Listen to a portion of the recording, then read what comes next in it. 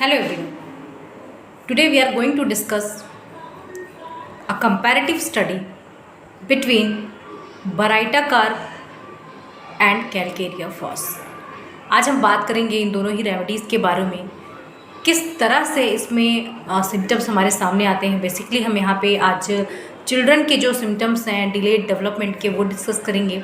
दोनों में क्या डिफरेंशिएशन है, दोनों में क्या सिमिलैरिटी है, और जब भी हमें अपने किसी पेशेंट को ये रेमेडी प्रिस्क्राइब करनी होती है हम किस बेसिस पर करेंगे। सो फ्रेंड्स, अगर अभी तक आपने मेरे चैनल को सब्सक्राइब नहीं किया है तो फटाफट से सब्सक्राइब कर लें एंड आप मुझे कमेंट कर सकते हो एंड मेरे वीडियोस को शेयर कर सकते हो। सो देखिए, बराइटा का जो रेमेडी है उसका एक टैग है dwarfishness, but it is a very confusing word. Dwarfishness का मतलब यहाँ पे सिर्फ ये नहीं है कि डॉर्फ मीन्स छोटा, छोटा मीन्स हाइट कम, है ना, हम जो अंडरस्टैंड करते हैं नॉर्मली।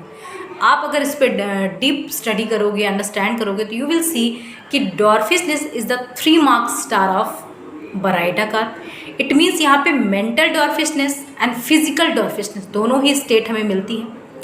फिजिकल डॉर्फिशनेस में जो हाइट है she will be short for her age, अपनी उम्र से जो हाइट है वो कम रहेगी, है ना। एक हाइट मार्कर होते हैं, उनसे अगर आप देखोगे तो height will be short.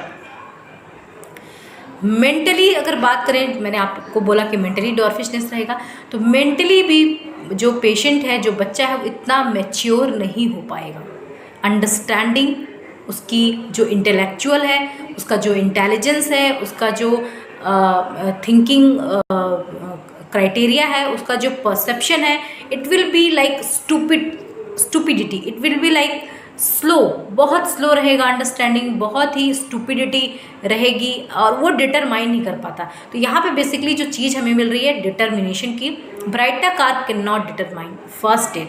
Contrary there is precocity, it is very very important. The child will be more intelligent for his or her age. अपनी उम्र से ज़्यादा होशियार बच्चे, जिन्हें हम कई बार बोलते हैं ओवर एक्टिव बच्चे, राइट। तो बराइटा कार्ब में दोनों ही स्टेटस, दोनों ही पोलैरिटी मिलती हैं। प्रिकॉसिटी, अपनी उम्र से ज़्यादा इंटेलिजेंट होगा, may be height is short but mentally he is very much intelligent, very much advance in thinking, चीज़ों को बहुत जल्दी ग्रैब कर लेना, जल्दी लर्निंग कर लेना, जल्दी अंडरस्टैंड कर लेना, बराइटा कार्ब में। And mentally dwarfishness also there कि अंडरस्टैंडिंग उतनी नहीं है, idiocy is there, stupidity is there, वो अंडरस्टैंड ही नहीं कर पा रहा है चीज़ों को। ही इज़ टेकिंग टाइम, अपनी उम्र से थोड़ा ज़्यादा टाइम लग रहा है। जैसे कोई बच्चा है जो काम उसे 3 महीने में करना चाहिए, साल भर में करना चाहिए, 2 साल में करना चाहिए, वो उससे 2 महीने, 3 महीने, 6 महीने, साल भर पीछे हो सकता है। So there is delayed learning to walk, learning सीखना, वो सीख ही नहीं पाता because there is mentally dwarfishness. अगर हम कैल्केरिया कार्ब को देखें तो कैल्केरिया कार्ब में भी आपने पढ़ा है delayed walk, but there is delayed walk, वहाँ पे वॉक डिले है, स्लो है। क्यों? Because limbs are weak, because bones are weak in case of calcarea carb. यहाँ पे क्या है, there is patient is mature enough, उसको जो लिम्स है, उसकी जो बॉडी है, उसका डेवलपमेंट बहुत अच्छा हुआ है, but his mental dwarfishness is there and because of this उसका जो अंडरस्टैंडिंग है वो स्लो है। he cannot understand कि मुझे वॉक करना है, तो डिलेड लर्निंग टू वॉक, ये हमें बराइटा कार्ब में मिलेगा।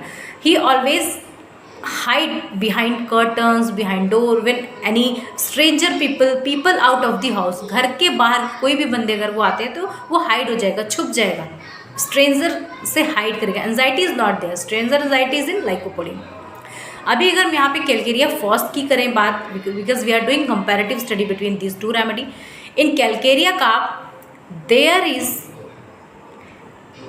Slow development, there is no development, there is development is slow, बहुत स्लो डेवलपमेंट होता है। एंड बिकॉज ऑफ दिस, जैसे ही बच्चे का बर्थ होता है उसका जो हेड है, उसकी जो फ्रंटेनलिस हैं, उसकी जो बोन की ग्रोथ है वो बहुत स्लो होती है, और उसी की वजह से जो बच्चे में ग्रोथ का बात है जिसे हम बोलते हैं delayed milestone, there is delayed milestone. चीज़ें बहुत स्लो रहेंगी, चाहे वो वॉक की हो, टॉक की हो, अंडरस्टैंडिंग की हो। He will learn things very slowly, उसे चीज़ें इतनी अच्छे से समझ नहीं आ रही because of slow development of brain, right. Baryta carb में डॉर्फिशनेस है वो मेंटली, कॉजेशन दोनों में अलग है। वहाँ पे ग्रोथ, बचपन से जो ग्रोथ हुई है कैलकेरिया फॉस में, जो बर्थ हुई है, वहीं से उसका कॉजेशन शुरू हो गया है।